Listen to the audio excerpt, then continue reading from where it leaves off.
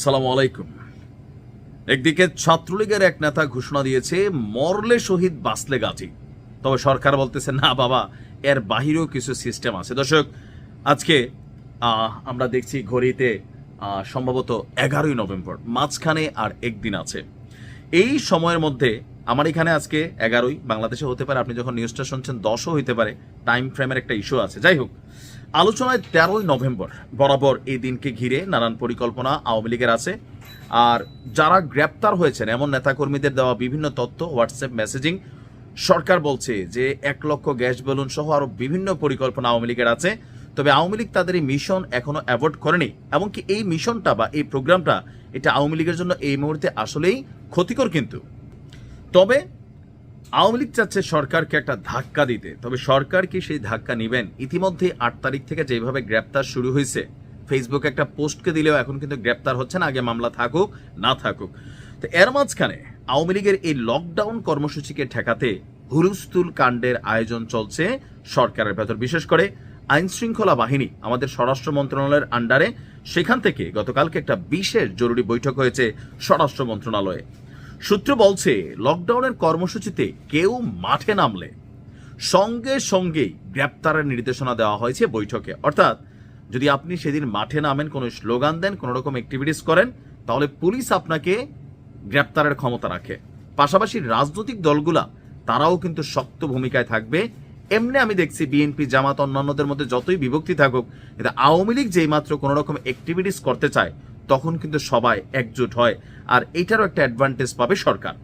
পাশাপাশি আগামী কয়েকদিন ঢাকার বিভিন্ন গুরুত্বপূর্ণ স্থানে আইন শৃঙ্খলা রক্ষাকারী বাহিনীদেরও বিশেষ কিছু নির্দেশনা দেওয়া হয়েছে।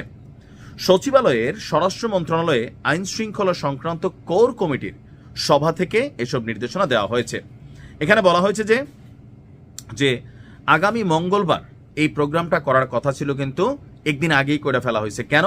কারণ আওয়ামী লীগের কর্মসূচির যে বিষয়টা, যে তথ্যগুলো আসছে, সরকার এটাকে হালকা নিতে চাচ্ছে না। বৈঠকে আপনার পুলিশের মহাপরিদর্শক যিনি ছিলেন বাহারুল আলম, ডিএমপির কমিশনার শেখ সাজ্জাদ আলী সহ বিভিন্ন সংস্থার ঊর্ধ্বতন গোয়েন্দারা এখানে কানেক্ট ছিলেন। এমনকি ঢাকার বিভিন্ন পয়েন্টে, এন্ট্রি পয়েন্টে চেকপোস্ট বসানোর একটা প্রস্তাব এখানে এসেছে, এমনকি এটা গৃহীত হয়েছে। এমনকি বৈঠকে আওয়ামী লীগের বরিশাল অঞ্চলের 2 নেতার নামও এখানে স্পেশালি আলোচনা হয়েছে।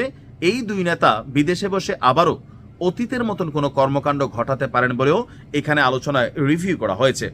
এছাড়া আরেকটি সূত্র বলছে আইন শৃঙ্খলা পরিস্থিতির নিয়ন্ত্রণের দায়িত্বে থাকা বাংলাদেশ সেনাবাহিনীর সদস্যদের মাঠ থেকে সরিয়ে নেওয়ার বিষয়টাও আলোচনা হয়েছে।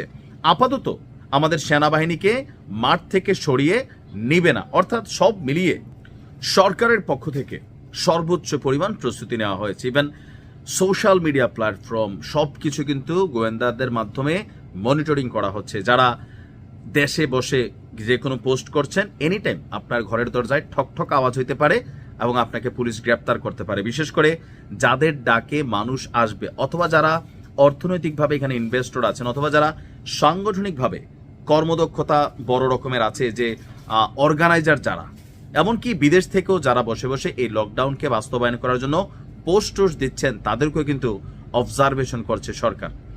তো এখন যতটুকু বোঝা যাচ্ছে যে 13ই নভেম্বর আওয়ামী লীগ রাজপথে নামা, এটা নিজেদের জন্য নিজের একটা আরো বড় বিপদের সম্মুখীন হবে। কারণ রাষ্ট্রীয়ভাবে বা আইনগতভাবে আওয়ামী লীগের কার্যক্রম নিষিদ্ধ থাকার কারণে যে কোনো সময় যে কোনো রাজনৈতিক দলের কর্মীরা যে কোনো একটা ছাত্রলীগ, যুবলীগ, আওয়ামী লীগের কর্মীকে ধরে নিয়ে থানায় দিলে পুলিশ কোনো কারণ ছাড়াই কিন্তু গ্রেপ্তার করবে।